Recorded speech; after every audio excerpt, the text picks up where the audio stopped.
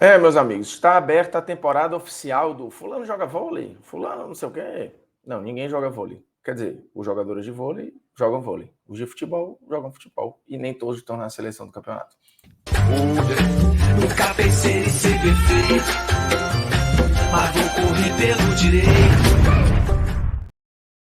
Fala moçada, beleza? O Bruno Formiga na área e nada mais no desafio de chegar a 400 mil inscritos sem pedir inscritos. A gente uma hora chega lá devagar e sempre. O Campeonato Brasileiro terminou e aí começa a brincadeira de eleger seleção do campeonato, craque do campeonato, revelação do campeonato, técnico do campeonato e por aí vai. E tem muita polêmica aí. Eu fui convidado a votar lá no craque do Brasileirão. Votei e acabei divulgando meus votos no Twitter, né? Para quê, né? Só para ter corneta e a velha pergunta. Não sei quem joga vôlei, você estava em que mundo? E por aí vai. O voto de revelação, por exemplo, gerou muita confusão e eu vou chegar nele daqui a pouco. Porém, antes, vamos à seleção do Campeonato Brasileiro, definida por mim. A minha seleção do campeonato, você pode fazer a sua. É uma seleção muito diferente do primeiro turno, tá? Muito diferente. O primeiro turno tinha Tiquinho, o primeiro turno tinha Marçal, o primeiro turno tinha Adrielson. Então, assim, tem muita mudança mesmo na seleção do Campeonato Brasileiro, que ficou com o Everton, Mike, Murilo, Fabrício Bruno, Piquerez, Zé Rafael, Tietê e Gerson, Hulk, Paulinho e Luiz Soares, comandados por Abel Ferreira, e eu justifico daqui a pouco. Tem ótimos trabalhos no campeonato, ótimos trabalhos no campeonato. O trabalho do Caixinha é excelente, o trabalho do Filipão no Galo, fantástico. O trabalho do Renato no Grêmio é um negócio para ser falado. Vice-campeão brasileiro com um time que acabou de vir da Série B. Isso não é fácil, né? O Grêmio lá atrás, quando subiu da Série B para a Série A, ele no ano seguinte, em 2006, ele foi terceiro lugar no Campeonato Brasileiro, né? O campeão foi o São Paulo, Inter em segundo e o Grêmio em terceiro. Mas agora o Grêmio vem da B, volta e vai para o vice-campeonato, ficando 2 pontos só atrás do campeão. Mas vamos lá. O Everton, no primeiro turno, acho que ficou muito claro que foi o PR. Outros goleiros fizeram um campeonato muito bom. O Everson fez um campeonato muito bom do Galo. O Léo Jardim, no Vasco, fez um campeonato assim fantástico também. Mas no final das contas, para mim, o mais regular de todos foi de novo o Everton e que terminou sendo muito decisivo. Ele faz um jogo contra o Botafogo que é fundamental para a virada de chave. Por mais que o Endrick seja ali a grande figura da virada, o Everton defende o pênalti, que talvez seja o lance mais decisivo do Campeonato Brasileiro como um todo. O Everton na temporada, se a gente for parar para ver, em 50% dos jogos praticamente ele não tomou gol. E, de novo, com intervenções absurdas, passando uma segurança gigantesca. Então, se você tem ali campeonatos muito bons de vários nomes, o desempate para mim é quem é mais goleiro e quem fez talvez as defesas mais impactantes em determinado momento. E aí eu fico com o Everton, eu entendo quem vota no Everson, quem vota no Léo Jardim. O PR acho que de fato degringolou muito no segundo turno e aí não tem a menor condição. O Mike foi virando titular no Palmeiras e fundamental. Tem alguns laterais direitos bons no campeonato, por exemplo, Samuel Xavier, mas o Fluminense tem um momento em que ele de fato precisa priorizar outro campeonato. O Samuel Xavier teve questões também de lesão e tudo, e o Mike fez mais de uma função, foi muito importante como lateral e em vários momentos como ala barra ponta pelo lado direito, e de todos, para mim, ele é o mais técnico. Então, para mim, é o Mike. Não tem um dono da posição aqui, você vai ter equipes com jogadores interessantes na posição, mas ninguém muito brilhante. Acho que o mais diferente é o Mike. E a minha zaga, Murilo e Fabrício Bruno. Fabrício Bruno foi o jogador mais regular, o melhor jogador do Flamengo na temporada 2023. E sim, foi um zagueiro de pouquíssimos erros ao longo de todo o campeonato. Assim, foi um zagueiro extremamente regular, assim como o Murilo. O Murilo, no índice SofaScore, por exemplo, desde o ano passado, o Murilo é o cara que mais lidera no critério.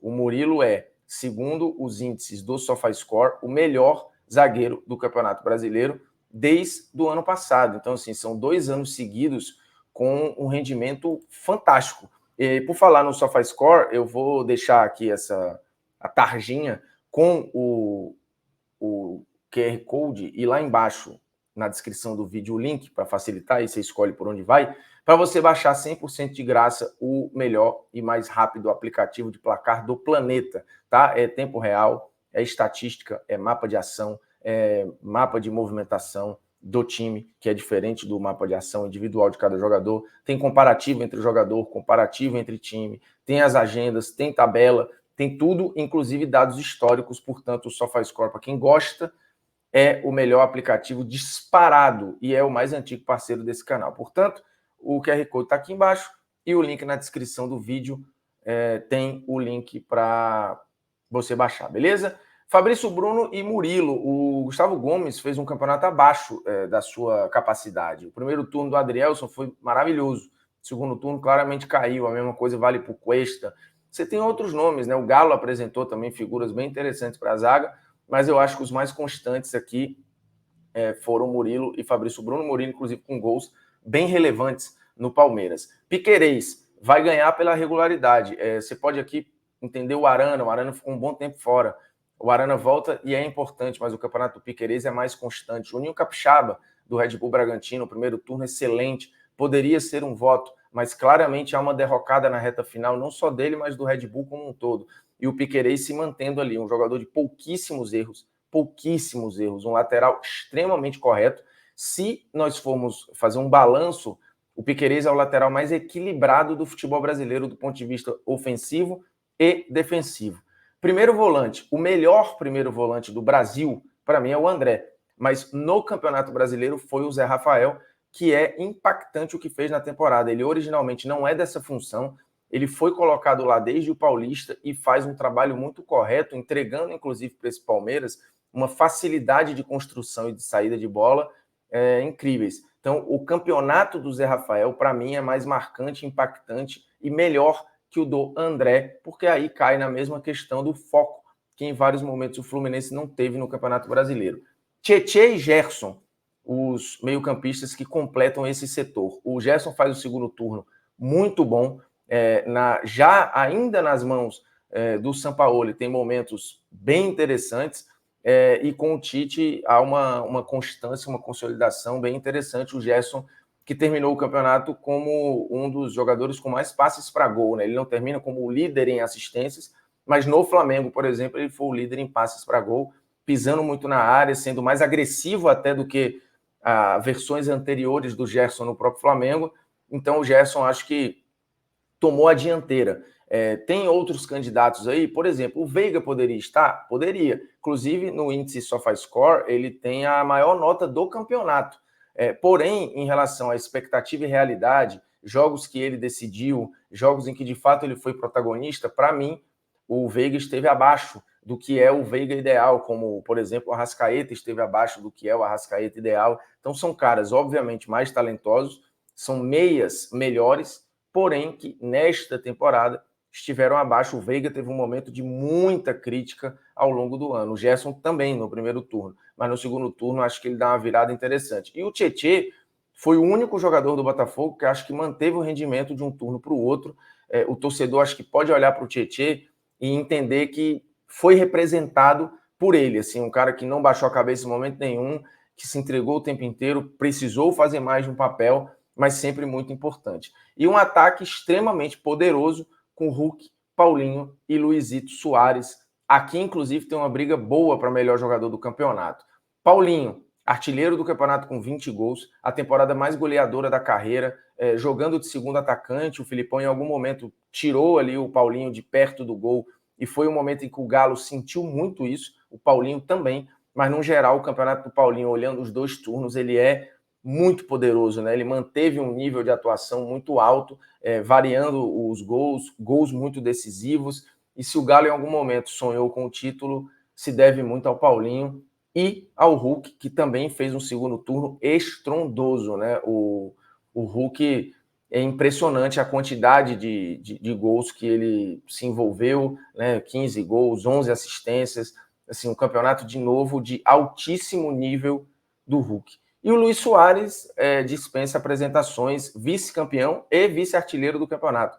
17 gols e 11 assistências. Com 36 anos, sem joelho, e tendo que se adaptar a um time novo, a um campeonato novo, a uma cultura nova, a várias coisas ao mesmo tempo. E o Luis Soares parecia que jogava no Brasil há um tempão. Uma temporada só de Luizito no Brasil, mas uma temporada muito especial, que acho que vai ficar na memória dos torcedores, não só do Grêmio, mas de todo mundo que acompanhou. Impressionante o rendimento, atuações individuais mágicas, né? Como na última rodada, inclusive no Maracanã, contra o Fluminense, contra o Botafogo em São Januário, contra o Inter fazendo um golaço em clássico, o Luis Soares é forte candidato a craque do campeonato. E aqui entra uma boa discussão e quem seria o craque do campeonato. Para mim tem 4 candidatos evidentes, né? O Hulk, o Paulinho, o próprio Soares e o Endrick, que é a cara da virada do Palmeiras. Por uma questão de quantidade de jogos, o Endrick acha até que pode ganhar, tá? No prêmio craque do Brasileirão e em outras premiações. Mas eu acho que teve gente mais constante ao longo do campeonato, Paulinho e Soares principalmente. Eu, no craque do Brasileirão, votei no Paulinho. Eu acho que ele foi o mais constante o tempo todo e foi brilhante também, fazendo algo diferente do que ele comumente faz. Mas eu entendo quem vote no Luis Soares, porque eu acho muito difícil o que fez o Luizito. O Luizito fez 17 gols e 11 assistências num time mais fraco que o Galo, com menos pretensões que o Galo, e de novo, o Luizito mais velho, bem mais velho, e tendo que se adaptar a várias coisas ao mesmo tempo com um time que acabou de vir da Série B. Então é compreensível o voto no Soares. Eu não duvido que ele leve também o prêmio, mas o meu voto foi no Paulinho. Abel Ferreira foi eleito, para mim, o técnico do campeonato, porque, de novo, a história do o campeonato caiu no colo, pode até ter caído, mas nem todo mundo sabe o que fazer com esse campeonato caindo no colo, e o Botafogo foi a prova disso. O Palmeiras pegou o campeonato, manteve para si, o Abel encontrou várias soluções, tem muito dedo do Abel tático ali para achar o Zé Rafael, para adaptar o Mike, para ceder e utilizar o Endrick, para bancar o Breno Lopes como titular, para sacar o Rony no momento em que ele entendia que precisava sacar, para mudar o esquema variando para 3 zagueiros em várias situações. Então, assim, o Abel, para mim, foi o maior manejo tático do campeonato. E eu entendo quem vote no Renato. Acho o voto no Renato Gaúcho justíssimo. O Filipão poderia ser um bom voto, mas o Filipão ficou num jejum enorme durante uma parte do campeonato, o que talvez tenha até sido decisivo para o Galo não ser campeão brasileiro. Né? Foram 10 jogos sem ganhar, assim, impressionante, e realmente com decisões que eram do próprio Filipão muito ruins. Uma delas, inclusive, distanciando o Paulinho do gol. E por último, o voto revelação, que eu entendo que causa uma questão. O meu voto foi no Endrick. Mas o Endrick já foi eleito o revelação do ano passado, o que para mim foi um erro. O Endrick ser eleito em 2022 assim, foi muito no hype da empolgação, e enfim, o Endrick jogou 6 jogos no Brasileiro de 2022. E mesmo assim foi eleito o craque do campeonato quando você tinha outros candidatos. Para mim, o prêmio era do Vitor Roque. E o Vitor Roque não levou o prêmio de revelação do Campeonato Brasileiro do ano passado. Esse foi o ano em que, de fato, o Endrick desabrochou. Jogou mais vezes, foi titular, foi mais decisivo e de fato, se revelou para o Brasil como um todo. Então, o meu voto no Endrick é para este ano, não no ano passado. Eu não sei o que a CBF vai fazer. O Endrick, inclusive, assim, nada impede de você entender. E tudo bem achar, ele já ganhou no ano passado, não pode ganhar esse. Para mim, o erro está no ano passado. E nada impede dele ser revelação e craque do campeonato, tá? Ele está apto lá para ser votado nas duas frentes. O Mbappé, em 2018, que foi eleito revelação da Copa do Mundo, ele poderia ter sido eleito craque da Copa do Mundo também. Ele seria craque e revelação. Nada impede. Então, assim, é possível? É possível. Eu acho que vai acontecer? Não. Eu não acho que a CBF vai permitir que o cara ganhe o prêmio de revelação 2 anos seguidos, que seria um erro. O erro da CBF é, primeiro, eu acho que ter dado o prêmio no ano passado. Permitir que um jogador com 6 jogos concorresse. E esse ano, que seria o ano da revelação de fato do Endrick, ele acho que foi dar um salto, né, para algo maior. Mas você bota aqui nos comentários a sua seleção, o seu craque, a sua revelação, o seu treinador preferido. Meus argumentos estão dados e é isso. E vamos ver quem vai levar o prêmio craque do Brasileirão em todas as frentes, né? Agora é aguardar, minha parte está feita. É nóis.